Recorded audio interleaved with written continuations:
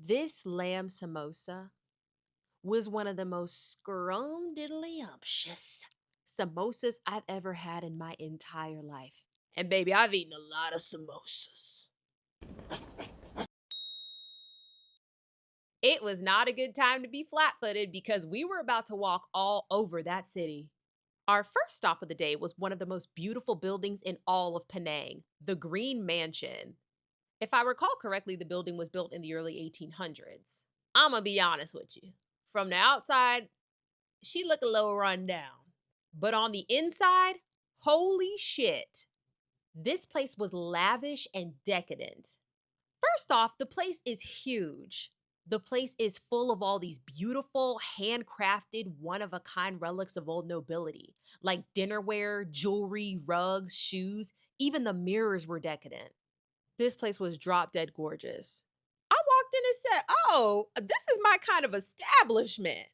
It was insane. This place was dripping in gold. Obviously, I was right at home. The building itself was designed so intricately. Like, look at these walls. There were also these insane metal crafted murals all over the place. Peak architecture. The place even had like an open courtyard directly in the center of the building. Definitely a must see if you're in Penang. So after the Green Mansion, you know what time it is. Time to wander around and see what's up. We took a tour through Little India, and it was pretty little, just a shop here or there. But I'm walking around, come across this little stand on the side of the street selling samosas. I love a samosa. Samosas, I'm your biggest fan. Samosas, I'm your biggest fan. I can put back a samosa, okay? It's nothing for me. It's light work for me. Now, at the places I've been to, the traditional filling is potato and peas, which is perfectly fine. Love those too. But my absolute favorite, and a little bit harder to find, are lamb samosas.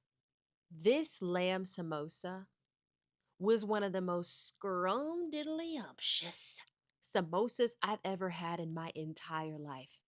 Easily top two. Easily top two best samosas I've ever had in my whole life. And baby, I've eaten a lot of samosas. Listen, I know you're like Shabri. Where's the pic? Shabri, where's the pic? Where's the picture of the samosa? Don't see it. Don't see it anywhere. Yeah, yeah. This was before I decided I was going to start documenting my travels so heavily, okay? This was before I decided I wanted to have a social media presence, okay? I was living in the moment. Heaven forbid a girl live in the moment. And in that moment, I devoured that fucking samosa. It was gone in 60 motherfucking seconds. And that's on who? My boy Nicolas Cage. It was 50 cents. 50 US cents. It was huge. 50 cent in the club. 50 cent in the club. In the club. It doesn't make any sense. I said, actually, I'll be moving here. Yeah. Yeah. Consider me a resident. Leaving America behind. I'm moving here, sweetie. Give me a stick and a bandana so I could tie up my knapsack. So after I devoured one of the best lamb samosas I've ever had in my entire life for a measly 50 cents, we continued our walkabout. It was so fun. We stopped at 3 back-to-back pharmacies. I guess I should probably highlight the significance of that because you're probably like, girl, why do you keep going into pharmacies? Like, what's the deal? I'm a pharmacist. I love prescription drugs. I love legal drugs. I'm both fascinated and amazed by them. So whenever I go to a foreign country, I'm about to be all up and through them pharmacies. I want to see, what are y'all doing? How do y'all do it? What are y'all dispensing? What y'all got in here? And girl, these countries be having the good stuff. They don't be playing it safe over there. They'll just be making anything over the counter. Girl, it'll be something that I got locked up in the back at Walgreens, guarding it with my life. They'll have it just out in the open air. You could walk in the store, grab it real quick, walk back out. Nobody's even gonna chase you. Now, it was fun to go to the pharmacy in KL, but in Penang, they had the good shit. Listen, don't hesitate to stop by the pharmacy when you're in another country, because baby, I'm talking creams that are normally like $500 a tube for $8. Mind you, this was in 2019 when I went. I'm still using them creams. I even had the chance to chit chat with a store attendant there, and we were just talking about the process of becoming a pharmacist. It seems pretty similar to ours. It was so cute. She could not believe I had said I'd been practicing for 3 years. She was like, "What? You still look like a baby. Mind you, this was in 2019 when we went, so I was a bit younger. I said, yeah, well, contrary to what you and my mommy and all of my patients think, I'm actually very much a big girl. It's giving grown up. She's giving grown up big girl energy. So, yeah. Yeah. Yeah. It didn't help. Now, Penang was a place of many new experiences and also one of the places that held one of my only regrets. So we're wandering around Little India. I just had the best lamb samosa ever, and we come across this boba shop. Now, mind you, at the time, neither Michael nor I had ever had boba before. It was just starting to pick up traction where we were from, so we didn't really know a lot of people that drank boba.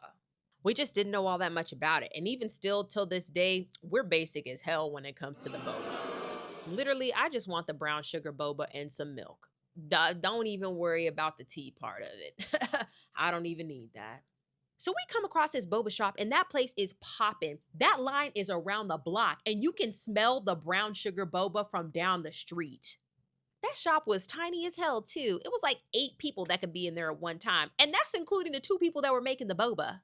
But man, they had this massive, it was almost like a wok, huge. And they were like roasting this boba in the brown sugar and it was just caramelizing. Oh my God. That smell, I wanted to just float on it like a cartoon. I just wanted to waft right up to it. I'm telling you, you could literally smell this caramelized brown sugar boba down the block, mama. We never seen anything like it in our entire lives. And actually still really haven't till this day. Like, not the way that they were roasting it up. We knew absolutely zero about boba at this time. We had no concept of what the pearls were. When I tell you we were walking into that bad boy blind, but we were walking in there. We said, whoa, whoa, whoa. What the fuck is this? We need to get in on this. We need to get in on that action. So we get in that line expeditiously. We get up to the counter. They said, we're all out. No! I said, what? It's only 1 p.m. Damn, y'all already out? This shit must be certified. And the sad part is we never went back. We just weren't on that side of town again. You know what? It's honestly probably for the best because we've since been to so many boba places and we've had some amazing boba, but still just the way that stuff smelled, I know that no place that we have ever been will have ever compared to that tiny ass boba shop in Penang. We don't want to admit it to ourselves, but we know. We know when the lights are out and it's just us with our thoughts. We know there's nowhere that will ever have compared to that boba. I don't want to live my life chasing that high. Oh my gosh, I just love Penang. Like, Penang is such a vibe. We were just meandering through these ever winding streets, and they were jam packed with cafes and shops everywhere, young people hustling and bustling about. And we even stopped to get our favorite curry puffs. We were just having so much fun exploring and laughing with each other, eating all these yummy snacks and treats. Somehow we ended up on the entire opposite end of the city, staring at the ocean. And the pier walking up to the ocean was so cute. There were all of these little shops that we were wandering in and out of. It was really cozy.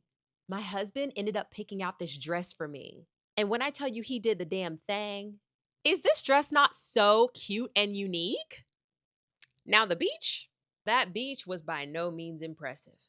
It was actually pretty murky and junky and covered in old boats and smelly. But you did get a nice view of the buildings on the coastline. And Michael found some pretty decent seashells. So then we made it all the way back to the other side, back to the hotel. So we were still feeling adventurous, so we decided to keep on walking, and we ended up finding somewhere to get foot massages. We deserved it. Man, that 30 minutes of peace and AC was invaluable. It was hot and humid as hell out there. We came in, they got us situated in these big old comfy leather chairs. It was so quiet and peaceful. They had these relaxing tunes in the background, and they even offered us some refreshing ginger tea. My feet felt invigorated and they were ready for one last adventure, and thank goodness they were, because they led me to an ice cream shop that had the best apple mint pineapple cold pressed juice. I've always wanted to get cold pressed juice, but it's so expensive in the United States. I'm like, no, girl, I'm not paying for that. But you can't beat $3. Michael got the most fire Thai milk tea ice cream from that place. I said, "Oh, no, I need to come back for this tomorrow." But I never made it back to that ice cream shop. Remember when I said something happened to me in Penang? Something I'll never, ever forget? I'll see you in part two. It's one thing to go to a place and take cute pictures, but it's another thing to actually experience it.